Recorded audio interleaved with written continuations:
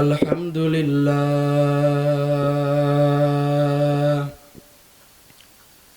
الحمد لله رب العالمين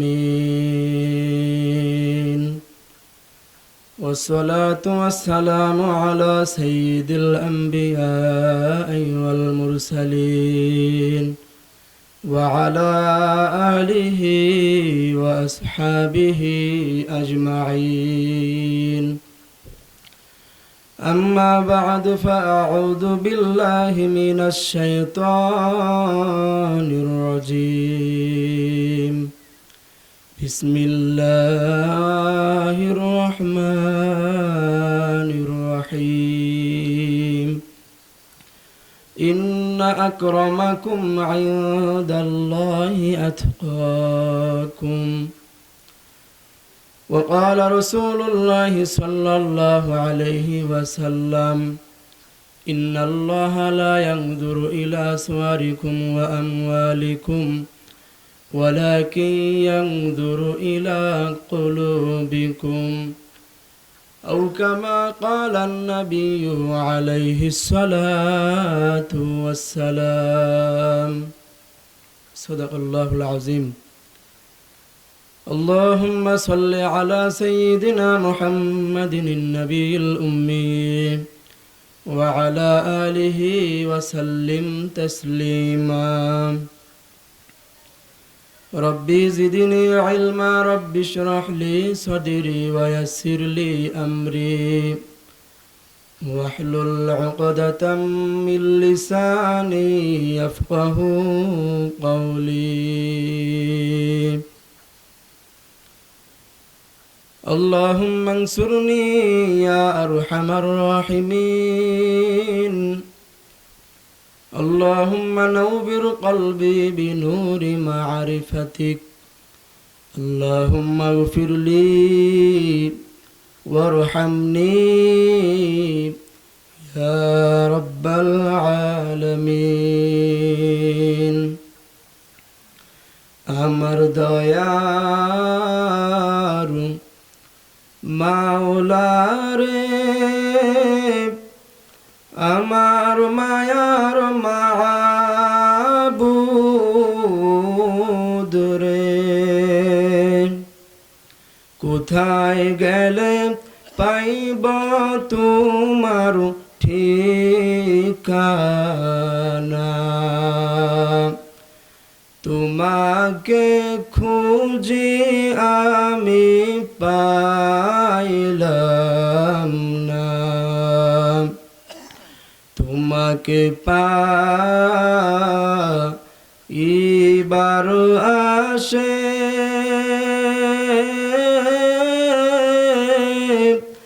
ঘুরি আমি দেশ বিদেশে কুরআনের ময়দানে করলাম বিছানা তোমাকে খুঁজি আমি পাইলাম না আলহামদুলিল্লাহ।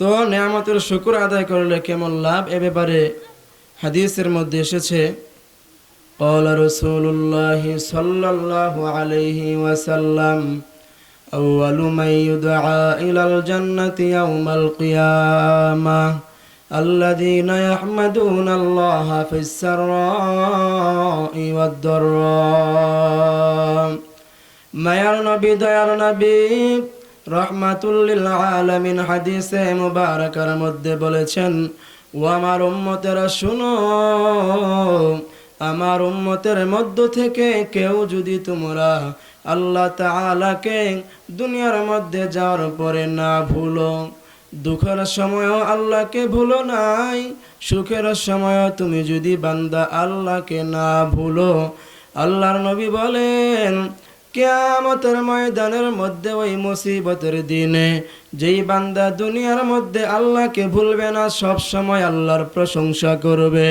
সুখের সময়ও আল্লাহর প্রশংসা, দুঃখের সময়ও আল্লাহর প্রশংসা। বলেন কার প্রশংসা? আর একটু আওয়াজ করে বলেন কার প্রশংসা?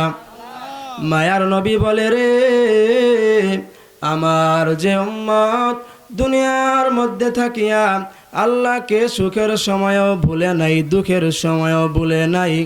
মায়ার নবী বলেন ওই কিয়ামতের মাঠে ময়দানে মুসিবতের দিনেও আল্লাহ তাআলা ওই বান্দারে ভুলে যাবে না। সুবহানাল্লাহ বলবেন না? সুবহানাল্লাহ। আল্লাহ তাআলা কি করবেন কিয়ামতের দিন? আল্লাহ বলেন আউয়ালু মান ইউদআ ইলাল জান্নাহ। কিয়ামতের মাঠের দিন আল্লাহ বলবেন বান্দা আয়, দুনিয়ার মধ্যে আমি মালিকের বান্দা তুই ভুলস নাই, দুঃখের সময় আমি আল্লাহরে ডাকছো, সুখের সময় বান্দা তুই আমি আল্লাহরে ডাকছো। আয় আয় আয়, আজকে এই কঠিন মুসিবতের দিনে বান্দা আমিও তোরে ভুলবো না। আয় বান্দা, আমি আল্লাহর জান্নাতের মধ্যে প্রবেশ কর।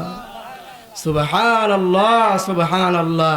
এজন্য সুখে দুঃখে সব সময় কার প্রশংসা করব বলেন? আল্লাহর প্রশংসা করব। আল্লাহর ভয় বান্দা তোমার দিলের মধ্যে ধারণ করো। পড়েন না আল্লাহু আকবার।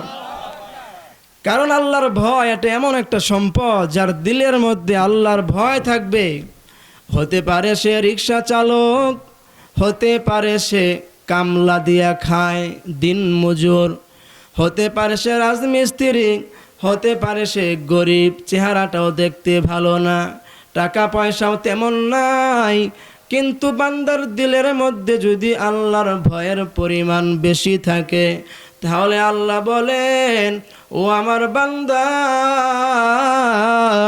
দুনিয়ার সবাই যদি তোরে দেখতে না পারে, তুমি যদি রিক্সা চালিয়েও খাও, গাছের নিচেও ঘুমাও, তুমি ব্যারিস্টার হইতে পারো নাই, কোনো সমস্যা নাই, কিন্তু তোমার দিলের মধ্যে যদি আমি আল্লাহর ভয় থাকে তাহলে তুমি আমি আল্লাহর কাছে সবচেয়ে সম্মানিত।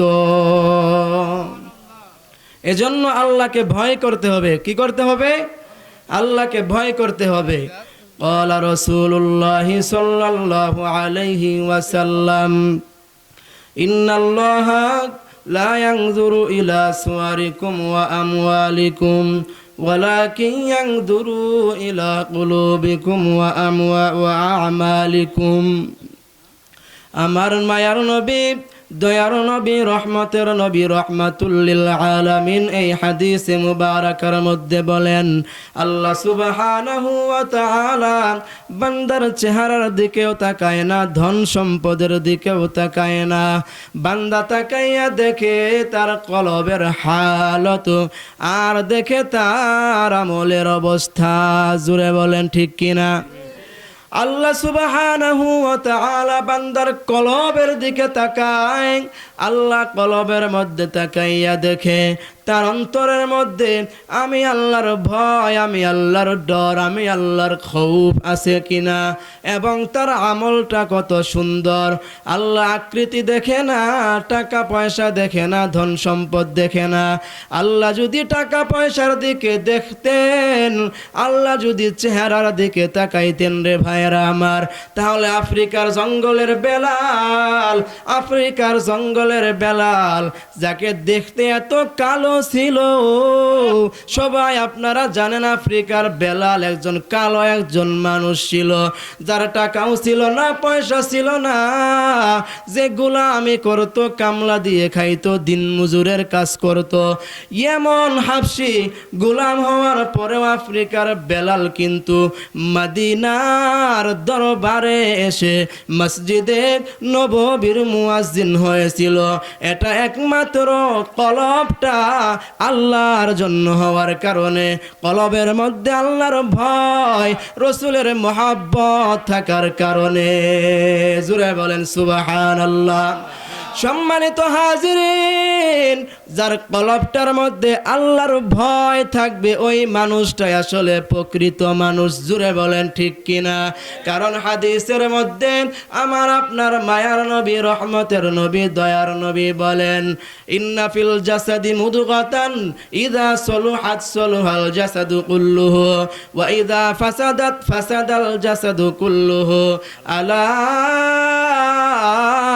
ওয়াহিয়াল কলব। সবাই বলেন আল্লাহু আকবার। মায়ার নবী বলে রে, এই হাদিসের মধ্যে আসলে প্রকৃত মানুষ হলো ওই ব্যক্তি। নবীজি বলেন, মানুষের দেহের মধ্যে এমন একটা গোশতের টুকরা আছে রে, এমন একটা গোশতের টুকরা আছে, কোন মানুষের ওই গোশতের টুকরাটা যদি ভালো হয়ে যায়, সুস্থ হয়ে যায় রে, ওই মানুষটাই সুস্থ, ওই মানুষটাই আমি আল্লাহর কাছে দামি। আর যদি কোনো মানুষের ওই দেহের মধ্যে থাকা টুকরাটা, দেহের মধ্যে থাকা ওই গোশতের খণ্ডটা যদি নষ্ট হয়ে যায়, খারাপ হয়ে যায়, নবীজি বলেন ওই মানুষটা যদিও দেখতে মানুষ, কিন্তু ওই মানুষটা আল্লাহর কাছে প্রকৃত মানুষ না। নবীজি বলেন শুনিয়া রাখো, আর ওই গোশতের টুকরাটার নাম হলো কলব। সবাই বলেন আল্লাহু আকবার। এজন্য ওই কলবটা এত দামি এক জিনিস। আল্লাহ সুবহানাহু ওয়া তাআলা মানুষের ধন সম্পদ দেখেন না, কার চেহারা কত সুন্দর, কার পোশাকটা কত দামি, এগুলো আল্লাহ দেখেন না। আল্লাহ দেখেন বান্দা, তুই যদি গাছের তলায় ঘুমাস, কিন্তু তোর দিলের মধ্যে যদি আমি আল্লাহর ভালোবাসা, আল্লাহর মহব্বত, আল্লাহর ভয়, আমার হাবিবের মহব্বত যদি থাকে, তাহলে তুই দুনিয়ার সমস্ত মানুষ তোকে যদি দেখতে না পারে, কিন্তু তুই আমি আল্লাহর কাছে সবচেয়ে দামি। বলেন আল্লাহু আকবার। এজন্য আল্লাহকে ভয় করতে হবে। কি করতে হবে? আল্লাহকে ভয় করতে হবে। এবার আসেন, আল্লাহকে যে আমি ভয় করব, আল্লাহকে ভয় কিভাবে করব? আল্লাহকে ভয় করার সুরত কি? আল্লাহকে ভয় করার সুরত হলো যে গুনাহ থেকে বেঁচে থাকা। কি থাকা? গুনাহ থেকে বেঁচে থাকা। আর আল্লাহ যে হুকুম করেছেন, আল্লাহ যে আমল করতে বলেছেন, আল্লাহ যে নেক আমলের প্রতি নির্দেশ দিয়েছেন, ওই কাজগুলো করা। যখন আমি গুনাহ থেকে বেঁচে থাকব আর আল্লাহর দেওয়া হুকুমগুলো পালন করব, তখনই আমি আল্লাহকে যে ভয় করতেছি, এটার নমুনা আমার মধ্যে ফুটে উঠবে। জোরে বলেন ঠিক কিনা? কয়েকটা উদাহরণ দিলেই বুঝতে পারবেন। মাদ্রাসার মধ্যে ছাত্র উস্তাদের সামনে বেয়াদবি করে না, কারণ কি? কারণ হলো যদি উস্তাদের সামনে ছাত্র বেয়াদবি করে তাহলে শাস্তি দিবে, শাস্তির ভয়ের কারণে উস্তাদের সামনে বেয়াদবি করে না। জোরে বলেন ঠিক কিনা? মা বাবার সাথে সন্তান নাফরমানি করে না, কারণ হলো মা বাবার সাথে আমি যদি নাফরমানি করি তাহলে আমার মা বাবা দিলের মধ্যে কষ্ট পাবে। জোরে বলেন ঠিক কিনা? অনুরূপভাবে কোনো মানুষ যদি আল্লাহকেও ভয় করে, গুনাহের যত কাজ রয়েছে, গুনার যত সামান আছে, কোনো একটা গুনাহের বস্তু আমার সামনে যদি আসিয়া পড়ে, বান্দা যদি তখন দিলে দিলে খেয়াল করে, হায় হায় আমি যেই গুনার কাজটা করব, আমি যেই গুনার কাজের দিকে পা বাড়াবো, আল্লাহ তো আমাকে দেখতেছে। জোরে বলেন ঠিক কিনা? আমি যদি এই গুনার কাজটা করিয়া ফেলাই, কিয়ামতের মাঠে ময়দানে আমি আল্লাহর সম্মুখে কেমনে দাঁড়াইব, কি জবাব দিব? এজন্য বান্দা যদি ওই আল্লাহকে স্মরণ করিয়া গুনাহ থেকে বাঁচতে পারে, তাহলে আল্লাহকে ভয় করা হলো। জোরে বলেন সুবহানাল্লাহ। অনুরূপভাবে নেক আমলের সময় যখন হবে, আল্লাহ বলেছেন বান্দা তুমি নামাজের দিকে যাও, সত্য কথা বলো, নজরের হেফাজত করো, পর্দা করো, হালাল খাও, হারাম থেকে বাঁচো। যখন আমি এই কাজগুলো করতে পারবো, তখনই আমি আল্লাহকে ভয় করলাম। নামাজের সময় হইতেছে, মসজিদের মধ্যে মুয়াজ্জিন আজান দিতেছে, আজান শুনিয়া যদি আমি মসজিদে যাই, তাহলে আল্লাহকে ভয় করা হলো। কারণ দিলের মধ্যে আছে আল্লাহকে যদি আমি নামাজের মধ্যে যে সিজদা না দেই, কিয়ামতের ময়দানে মাঠে ময়দানে আমি আল্লাহর সম্মুখে দাঁড়াইয়া কি জবাব দিব? এই ভয় করিয়া বান্দা যদি নামাজের মধ্যে আসিয়া যায়, তাহলে আল্লাহকে ভয় করা হলো। জোরে বলেন ঠিক কিনা? মুসলমান ইমানদার, তাহলে এতক্ষণ যে আমি কথাগুলো বললাম, এই সমস্ত কথাগুলোর মধ্যে মূল আমলের নাম হলো আল্লাহর ভয়। কি করতে হবে? আল্লাহকে ভয় করতে হবে। দুনিয়ার মধ্যে আমরা যে যাহাই কিছু করি না কেন, আল্লাহর ভয় যদি আমার দিলের মধ্যে না থাকে, তাহলে আমার জন্য নেক কাজ করা, গুনাহ থেকে বাঁচা কখনো সম্ভব না। বুঝতে পারছেন? আজকে দুনিয়ার মধ্যে তারাই নেক কাজ করতে পারে, তারাই গুনাহ থেকে বাঁচতে পারে, যার দিলের মধ্যে আল্লাহর ভয় আছে, আল্লাহর মহব্বত আছে, রসুলের মহব্বত আছে। যার দিলের মধ্যে আল্লাহর ভয় নাই, যার দিলের মধ্যে আল্লাহর মহব্বত নাই, রসুলের মহব্বত নাই, মৃত্যুর পরবর্তী যে আরেকটি জিন্দিগি আছে, এই জীবনের যার চিন্তা নাই, সে গুনাহ থেকে বাঁচতেও পারে না, নেক আমলও করতে পারে না। সম্মানিত হাজিরিন, এবার আসুন, আমরা যদি আল্লাহকে ভয় করি, তাহলে আমাদের লাভ হবে না লস হবে? কেমন লাভ হবে? সবাই বলেন কেমন লাভ হবে? মাশাআল্লাহ, এক বাবাজি বলছেন যে আল্লাহ গুনাহ থেকে বাঁচাবেন, বলেন সুবহানাল্লাহ। গুনাহ থেকে আল্লাহ বাঁচাইবেন, আর গুনাহ থেকে বাঁচাইলেই জান্নাত, বলেন সুবহানাল্লাহ। আমি যদি দুনিয়াতে গুনাহ থেকে বেঁচে থাকি, তাহলে আল্লাহ আমাকে জান্নাত দিবে না? অবশ্যই আল্লাহ জান্নাত দিবে। কোরআনের মধ্যে আছে বাবা, আল্লাহ বলেছেন, ওয়া আম্মা মান খাফা মাকামা রাব্বিহি ওয়া নাহার নাফসা আনিল হাওয়া ফাইন্নাল জান্নাতা হিয়াল মাওয়া। পড়েন আল্লাহু আকবার। আল্লাহ সুবহানাহু ওয়া তাআলা এই আয়াতে কারিমার মধ্যে বয়ান করে বলেন, ও আমার বান্দারা শোনো, ও আম্মা মান খাফা, তোমাদের মধ্য থেকে যারা আমি আল্লাহকে ভয় করে, আল্লাহকে ভয় করে, কিসের ভয়? কিয়ামতের ময়দানের মধ্যে আল্লাহর সামনে দাঁড়াইয়া আমি কি জবাব দিব? আল্লাহর সামনে দাঁড়াইয়া আমি কি জবাব দিব? আমি যেদিন মারা যাব রে, মারা যাওয়ার পরে যেদিন আমার কবরের মধ্যে রেখে আসবেন, কবরের মধ্যে রেখে আসিয়া ডানের দিকে তাকাইয়া এখন দেখি আমি মাটি, বামের দিকেও তাকাইয়া দেখি মাটি, উপরের দিকে তাকাইয়া দেখি মাটি, নিচেও মাটির বিছানা। এখন আল্লাহ ছাড়া কেউ সঙ্গী নাই। ওই কঠিন মুসিবতের দিন, যেদিন আল্লাহ তাআলা বিচার কার্য কায়েম করবেন, কিয়ামতের ময়দান যখন কায়েম হবে, আল্লাহর সম্মুখে দাঁড়াইয়া যখন আমাকে আল্লাহর কাছে হিসাব দিতে হবে, ওই কঠিন মুসিবতের দিনে আল্লাহর সামনে দাঁড়ানোর যে ভয় করে, কি করে? আল্লাহর সামনে আমাকে দাঁড়াইতে হবে, এই ভয় যে করে। আচ্ছা বলুন তো, আমাদের যদি এই দিলের মধ্যে কারো একটা ভয় থাকে যে কেউ যদি কোনো একটা সরকার কর্তৃক সরকারের কোনো একটা নির্দেশ যদি অমান্য করে, তাহলে তাকে হাইকোর্টে তোলা হবে, বিচার করা হবে, তাহলে এই নির্দেশ যদি হয়, তাহলে কেউ কি কোনো খারাপ কাজ করবে? সরকারের কোনো আদেশ অমান্য করবে? কেউ করবে না, কারণ তার দিলের মধ্যে কি আছে? শাস্তির ভয় আছে। অনুরূপভাবে কারো বান্দার, কোনো বান্দার দিলের মধ্যে যদি আল্লাহর এই ভয়টুকু থাকে যে আমাকে হাসরের ময়দানে আল্লাহর সামনে দাঁড়াইতে হবে, কিয়ামতের ময়দানে আমাকে আল্লাহর সম্মুখে দাঁড়াইতে হবে, এই ভয় যদি কারো দিলের মধ্যে থাকে, ওই মানুষটার দ্বারাও গুনার কাজ করা অসম্ভব। জুড়ে বলেন ঠিক কিনা? কখনো যদি গুনাহ হয়েও যায়, আল্লাহর ওই বান্দা তওবা করে চোখের পানি ফেলে আল্লাহকে খুশি করতে দেরি করবে না। জুড়ে বলেন ঠিক কিনা? সম্মানিত হাজিরিন, এজন্য আল্লাহ বলেন, ওয়া আম্মা মান খাফা মাকামা রাব্বিহি ওয়া নাহার নাফসা আনিল হাওয়া ফাইন্নাল জান্নাতা হিয়াল মাওয়া। ও আমার বান্দারা, ও আমার বান্দিরা, তোমরা শুনিয়া রাখো, তোমাদের মধ্য থেকে আমি আল্লাহর সম্মুখে যে দাঁড়াইতে ভয় পায়, আমি আল্লাহকে ভয় করে কিয়ামতের ময়দানে আমি আল্লাহর সম্মুখে দাঁড়াইয়া কি জবাব দিব, ওয়া আম্মা মান খাফা মাকামা রাব্বিহি ওয়া নাহান নাফসা আনিল হাওয়া, এবং মন যা চায় তাই করে না, গুনার কাছ থেকে বেঁচে থাকে। আল্লাহ সুবহানাহু ওয়া তাআলা বলেন ফা ইন্নাল জান্নাতা হিয়াল মাওয়া। পড়েন না সুবহানাল্লাহ। আল্লাহ তাআলা কি দিবেন? জান্নাতের মধ্যে আল্লাহ তাআলা স্থান বানাইয়া দিবেন। আমাকে আপনাকে আল্লাহ তাআলা জান্নাত দান করবেন, বলেন সুবহানাল্লাহ।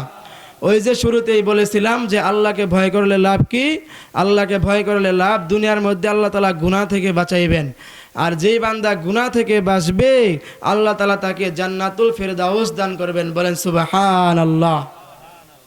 তো একবার বাদশাহ হারুন ও রশিদ, অনেকে নাম শুনেছেন, তো বাদশাহ হারুন ও রশিদের দরবারের মধ্যে সমস্ত আলেমদেরকে ওনার দরবারে ডাকছেন। ডাকে আলেমদেরকে জিজ্ঞাসা করতেছেন, আলেমদেরকে বলতেছেন, ও আলিমরা, আপনারা আমাকে একটি ফতোয়া দিন, আমি কি জান্নাতি না জাহান্নামী, এটা আমাকে আপনারা বলিয়া দিন। সমস্ত উলামায়ে কেরাম এই প্রশ্ন শুনে অনেকে অবাক হয়ে গেছেন, এটা কিভাবে বলবো, আপনি জান্নাতি না জাহান্নামী, এটা কিভাবে বলবো? তো ওই সময় আল্লাহর এক বান্দা, ছোট একটা যুবক, বলতেছে আমি এই প্রশ্নের উত্তর দিতে পারবো, বলেন সুবহানাল্লাহ, এই প্রশ্নের উত্তর দিতে পারবো। তখন আল্লাহর ওই বান্দা বাদশাহ হারুন ও রশিদকে ডাক দিয়ে বলতেছেন, ও বাদশাহ হারুন ও রশিদ, শুনো, তোমার জীবনের মধ্যে এমন কোনো ঘটনা কি তোমার সামনে আসে নাই, যে ঘটনা তোমার সামনে গুনাহের একটা কাজ আসিয়া পড়িয়াছিল, কিন্তু তুমি আল্লাহকে ভয় করিয়া ওই কাজটা তুমি করো নাই? তোমার সামনে কি এমন কোনো সুযোগ আসে নাই? তুমি তো বাদশা মানুষ, তোমার গুনাহ করার, জিনাহের কাজ করার, ব্যভিচার করার, নাফরমানি করার তোমার সুযোগ ছিল, তুমি আল্লাহকে ভয় করিয়া ওই গুনার কাজটা তুমি করো নাই। এমন সুযোগ কি তোমার জীবনে কোনো দিন আসে নাই? এমন ঘটনার সম্মুখীন কি তুমি কোনো দিন হও নাই? বাদশাহ হারুন ও রশিদ ডাক দিয়া বলেন, ও আল্লাহর বান্দা, এমন সুযোগ তো আমার জীবনে এসেছে। আমি তো বাদশা মানুষ, আমি যদি চাইতাম, ইচ্ছা করলে আমি গুনার কাজ করতে পারতাম, নাফরমানি করতে পারতাম। রাইয়া আমি জিনাহের কাজ করি নাই, গুনাহের কাজ করি নাই। আল্লাহর বান্দা যুবক ডাক দিয়ে বলেন, ও বাদশাহ হারুন ও রশিদ, তুমি শুনিয়া রাখো, আমি তোমারে সার্টিফিকেট দিলাম, তুমি হলা জান্নাতি। কারণ আল্লাহ সুবহানাহু ওয়া তাআলা কালামে হাকিমের মধ্যে ডাক দিয়ে বলেছেন, ওয়া আম্মা মান খাফা মাকামা রাব্বিহি ওয়া নাহান নাফসা আনিল হাওয়া। আল্লাহকে যে বান্দা ভয় করবে আর মনের কুপ্রবৃত্তি থেকে যে বান্দা বিরত থাকবে, গুনাহের কাছ থেকে যে বান্দা নিজে বিরত রাখবে, আল্লাহকে যে ভয় করবে, ফা ইন্নাল জান্নাতা হিয়াল মাওয়া, তার স্থান জাহান্নাম হবে না, তার স্থান হবে জান্নাত। এজন্য আল্লাহকে ভয় করতে হবে, আল্লাহকে ডরাইতে হবে।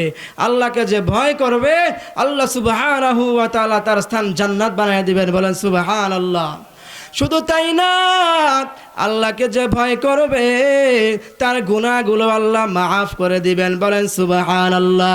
বনি ইসরাইলের এক আল্লাহর বান্দা যুবকের ঘটনা সবাই ঘটনা জানেন। আল্লাহর বান্দা এত গুনাহ করেছিল, এত নাফরমানি করেছিল, এলাকার সব মানুষ মিলিয়া তাকে বাহির করে গ্রাম থেকে তাড়াইয়া দিল। আল্লাহর বান্দা জঙ্গলের মধ্যে চলিয়া গেল। জঙ্গলের মধ্যে যাইয়া আল্লাহর বান্দা অসুস্থ হয়ে পড়ল। নাফরমানি করার কারণে এত অন্যায় করেছে, খারাপ কাজ করেছে, এলাকার মানুষ সবাই মিলিয়া তাকে গ্রাম থেকে তাড়িয়ে দিয়েছে, বাহির করিয়া দিয়েছে। এমনকি মা বাবাও মিলিয়া তাকে বাহির করিয়া দিয়েছে। আল্লাহর বান্দা জঙ্গলের মধ্যে যাওয়ার পরে, অসুস্থ হয়ে পড়ার পরে, এখন আল্লাহর বান্দার দিলের মধ্যে হুশ আসছে, আল্লাহর দিকে রুজু হয়েছে। আল্লাহকে ডাক দিয়া বলেন, ও দয়ার মালিক, এখন এই তুমি কুদরতের নজর দিয়ে আমার দিকে তাকাইয়া দেখো আল্লাহ, এই জঙ্গলের মধ্যে মালিক আমি সারা, আমার ডানের দিকে তাকাইয়া দেখি কেউ নাই, বামের দিকেও কেউ নাই, সামনেও কেউ নাই, পিছনের দিকেও মালিক কেউ নাই। এখন তুমি সারা আমার আর কেউ নাই আল্লাহ। ও দয়ার মালিক, সন্তান যদি বিপদের মধ্যে পড়িয়া যায় তার সর্বশেষ ঠিকানা হয় বাপ আর মা। জুড়ে বলেন ঠিক কিনা? ওই বাপ আর মা আমার আশ্রয় দেয় নাই, এলাকার সবাই মিলিয়া আমারে তারাইয়া দিয়েছে আল্লাহ। আয় আল্লাহ, আমি যতই গুনাহ করিয়া থাকি মালিক মেহেরবানি করে আল্লাহ আমি তোমারে ভয় করতেছি মাওলা। আমার পিছনের সমস্ত জিন্দেগির গুনাহ খাতার জন্য তোমার কাছে তওবা করতেছি আল্লাহ। মেহেরবানি করে তুমি আমারে মাফ করে দাও। আয় আল্লাহ, আমার গুনার সীমানা আছে আল্লাহ, তোমার রহমতের কোনো সীমানা নাই। মেহেরবানি করে তুমি আমারে মাফ করে দাও। আল্লাহর বান্দা যুবক যখন তওবা করেছে, তওবা করার পরে মারা গেছে। এদিকে মুসা নবীকে আল্লাহ জানাইয়া দিছেন, মুসা নবী তুমি যাও, আল্লাহর আমার একটা গোলাম অমুক জঙ্গলের মধ্যে পড়ে শুয়ে রয়েছে, মারা গেছে, জানাজার ব্যবস্থা করো। মুসা নবী আলাইহিস সালাতু ওয়াস সালাম জঙ্গলের মধ্যে যাইয়া দেখেন ওই আল্লাহর বান্দা যুবক যাকে এলাকার সব মানুষ মিলিয়া তার গুনার কারণে গ্রাম থেকে বাহির করিয়া দিছে। তখন মুসা নবী জানাজা সম্পন্ন করিয়া আল্লাহর কাছে জিজ্ঞাসা করলেন, গো আল্লাহ, তুমি বললা এইটা নাকি তোমার আশেক, এইটা নাকি তোমার পাগল, তোমার খাস বান্দা, এটা কেমন কথা? এত গুনার কারণে, অন্যায়ের কারণে আমরা তাকে গ্রাম থেকেই বের করে দিয়েছি। আল্লাহ বলেন, ও মুসা, তুমি কি জানো না আমার নাম হলো রহমান, আমার নাম হলো গফফার। তোমরা যখন সবাই মিলিয়া এই বান্দাকে গ্রাম থেকে তাড়িয়ে দিয়েছো, গ্রাম থেকে বাহির করিয়া দিয়েছো, এত অন্যায় অপরাধ বান্দা করেছে, জঙ্গলের মধ্যে আসিয়া এখন ডানের দিকে তাকায় কেউ নাই, বামের দিকেও তাকায় কেউ নাই, সামনেও কেউ নাই, পিছনেও কেউ নাই। আমি আল্লাহকে বান্দা দিলে দিলে এমন ভাবে স্মরণ করছে রে, আমি আল্লাহ ওই বান্দার ডাকে সাড়া না দিয়া থাকতে পারি নাই। আমি আল্লাহ ওর জীবনের সব গুনাহগুলো মাফ করিয়া আমি বান্দারে আমার ওলি বানাইয়া নিয়েছি। সুবহানাল্লাহ পড়বেন না? সবাই পড়েন সুবহানাল্লাহ। এজন্য আল্লাহকে ভয় করতে হবে। আল্লাহকে ভয় করছে, আল্লাহকে স্মরণ করছে, আল্লাহ পিছনের সব গুনাহগুলো মাফ কইরা তার ওলি বানায় নিয়েছে। বলেন সুবহানাল্লাহ।